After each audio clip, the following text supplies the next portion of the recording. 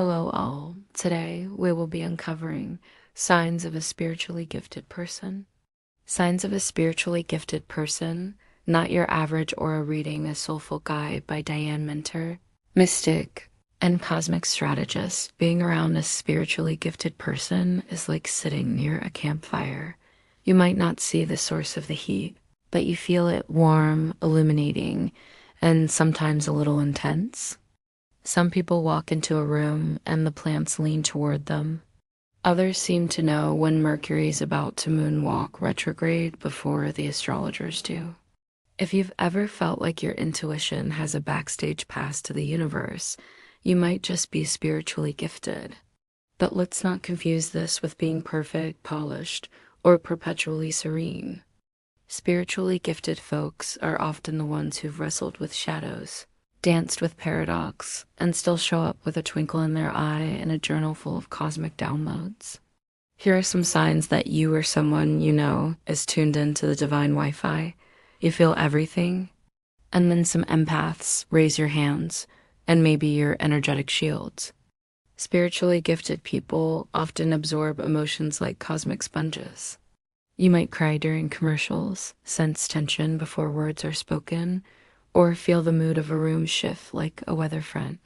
You speak fluent synchronicity, you think of someone and they call. You ask for guidance and the song lyric answers. You find feathers, numbers, or oddly specific memes that feel like divine winks. Coincidence? Not. You're fluent in the language of signs. You've had a spiritual awakening. Or 12, whether it came through heartbreak, a health crisis, a microbe epiphany, or a spontaneous download during a target run, you've had moments where the veil lifted.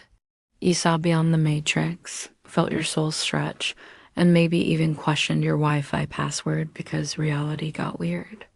You're a magnet for deep conversations. Strangers tell you their life stories. Friends come to you for clarity. You can't do small talk for long. It feels like trying to breathe through a straw. You crave depth, truth, and the kind of dialogue that leaves both souls a little shinier. You've been through the fire and alchemized it. Spiritually gifted people often have a history of trials. Not because the universe is cruel, but because your soul signed up for the advanced curriculum. You've turned pain into purpose, confusion into clarity, and breakdowns into breakthroughs. You feel called to serve, create, or guide. Whether you're mentoring others, writing guides, channeling affirmations, or just helping your neighbor decode their Medicare plan with love and laughter, you feel a pull to uplift. Your gifts aren't just for you, they're meant to ripple outward. Bonus sign, you're reading this and nodding. If this list feels like a mirror, congratulations. You're not just spiritually gifted, you're spiritually activated. And that means your presence is medicine, your words are spells, and your journey is a lighthouse for others. Final sparkle, your gift is not a fluke, it's a frequency if you've read this far. Chances are you're not just curious, you're remembering. Remembering that your sensitivity is sacred, your intuition is intelligent, and your weirdness is wonderfully on purpose. Being spiritually gifted isn't about being better, it's about being attuned to truth, to love, to the cosmic comedy that is this human experience. So honor your gifts. Share them. Laugh with them. Cry with them. And when in doubt, ask the stars, your guides, or your inner knowing. What would a spiritually gifted badass do? Spoiler, she'd probably write a checklist, light a candle, and make it funny. Here's some things to know when you're around a spiritually gifted person. Their energy is sensitive, not fragile. Spiritually gifted people often pick up on subtle shifts in mood, tone, and intention. They're not being too much, they're just tuned in.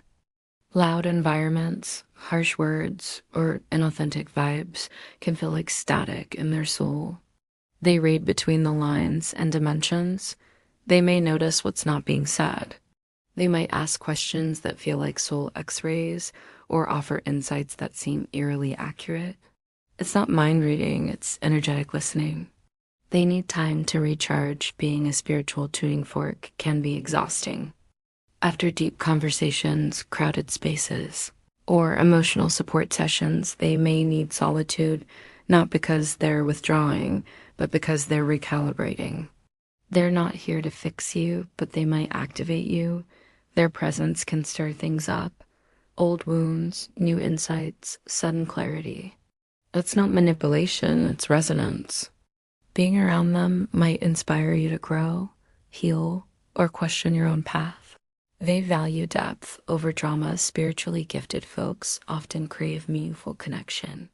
Gossip, surface level chatter, or performative spirituality won't hold their attention. But talk to them about your dreams, your doubts, or your cosmic theories. They're all in. They're still human.